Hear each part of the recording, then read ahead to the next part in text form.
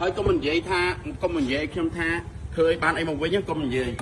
nên na trong của mình tha mất tha này na trong tiêu không tha mất tha bạn chấm tính không mau chỉ là anh một mình bạn chui qua chào ta sân tri có đòi con hộp này qua chào hãy tầm von tới qua chào đặt trong thùng đá đặt trong thùng đá nữa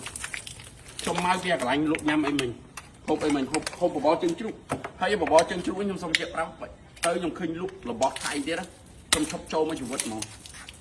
nè làm gì gặp rồi này hay bông con này đó comment trong comment chê nhóm chê rồi đấy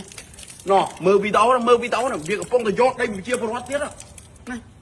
việc của phong là giót đây bị chia pro tiết này còn áp linh còn ao việt điêu tham mấy còn ao việt điêu thay dương nè ban tầm mà chơi ban tầm mà treo ban tầm mà chơi đang du mà chăn bị chăn thưa việc mơ bà sân giúp bông con nào kia ấp chi diêm thưa video bài kinh tế bông con nào kia du click trong cái dân thưa ban chăn kia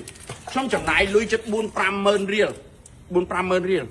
ខ្ញុំទិញភ័យចិត្តនេះហើយខ្ញុំបានបញ្ជាក់ប្រាប់អាអ្នកលក់នៅកន្លែងនេះមិញថាអាអ្នកលក់ថាបើអ្នកចូលចេះនាំចូល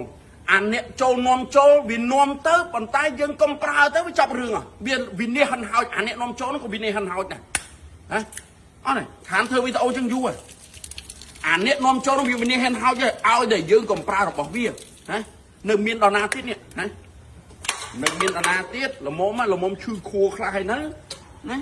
ល្មមឈឺខួរខ្លះហើយហ្នឹងយកប៉ុនកុំឲ្យជាសម្រាប់តាក់ចូលណាអានោះលក់អីចាស់នៅសល់ទៀតល្មមឈឺខួរហើយនៅល្មមឈឺខួរហើយនៅអញ្ចឹងបើសិនជាបងប្អូនអរគ្នាអ្នកដែលល្បីនៅក្នុងបណ្ដាញសង្គមព្យាយាមធ្វើយូរទៅប្រជាពលរដ្ឋបើយើងដាស់តឿនប្រជាពលរដ្ឋយើងកុំឲ្យឆ្លុះអំវិញនៅរបស់គេទៀតណាឲ្យគេមានសេដ្ឋកិច្ចឲ្យគេមានលុយមកជិះជាន់លើក្បាលរបស់យើងដល់ណាទៀតណាអ្នកវិនិយោគទាំងអស់ឲ្យតែបិទក្នុងការវិនិយោគ